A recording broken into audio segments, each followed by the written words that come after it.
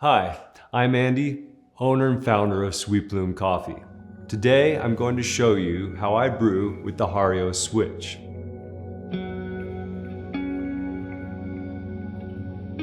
This brewer is a hybrid pour-over brewer, meaning you use a paper filter and manually pour water over the coffee bed, but use immersion and extended contact time as the main drivers of extraction.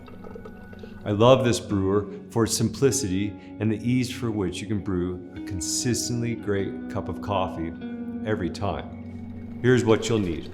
A kettle, ideally with a temperature reading, but you don't really need a gooseneck spout, as I am not as concerned about precise pouring with this method. A scale that weighs in grams, a burr grinder, an excellent water for brewing coffee, and today I'm using reverse osmosis water with lotus water drops. And of course, the switch brewer or any other brewer with a means to stop the flow of water through the coffee bed. The recipe is super simple. I'm going to do one continuous 300-gram pour over 20 grams of coarsely ground coffee. Let it sit for 5 minutes and then hit the switch. It really is almost as simple as that. But before we brew, let me share a few tips I find help achieve the most from this brew method. First, I found that in general, the coarser I grind the coffee for this brew method, the sweeter and cleaner the coffee tastes. My suggestion is to start with the coarsest grind on your grinder and then work backwards until you find your sweet spot. Second, the coarser grind leads me to updose, so I'm aiming between a 1:14 and 1:15 coffee to water ratio. And finally, you can experiment with different brew temperatures.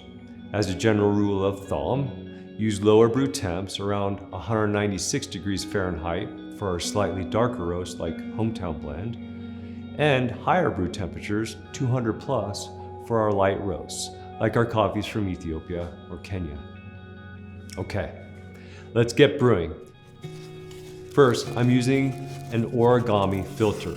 I love these filters because they are really thin, they're durable, and they really don't take a lot of water to rinse out the paper taste.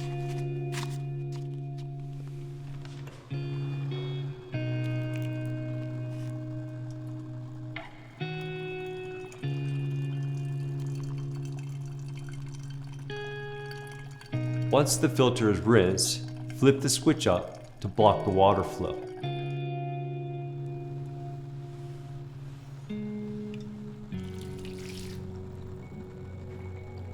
Tare the scale, add 20 grams of coffee to the filter, tare the scale again, and begin to pour.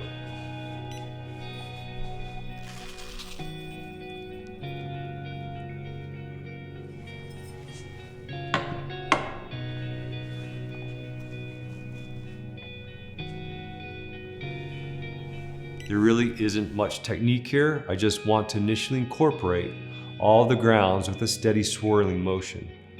And then once the grounds are fully wetted, I continue to pour in the center of the bed until the brew weight equals 300 grams.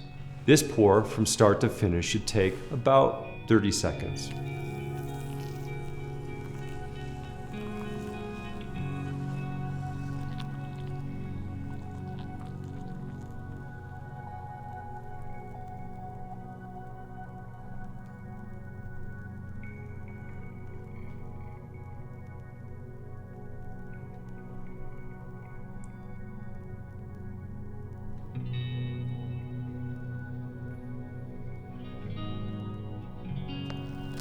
Honestly, at this point, you're pretty much done, minus the waiting.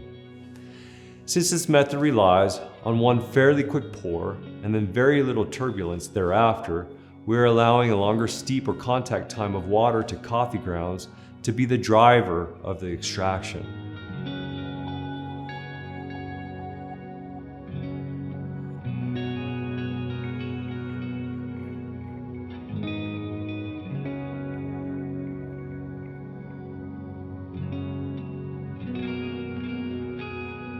Just before triggering the switch, I recommend giving the brewer a gentle swirl to incorporate all the remaining coffee grounds that have not sunk to the bottom of the bed.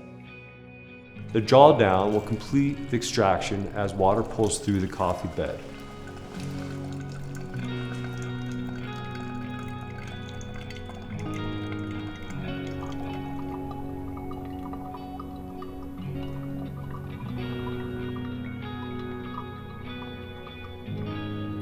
That's it. Give this method a try and feel free to share what you do to get the best results from your switch. Thank you, and here's to brewing beautiful coffee.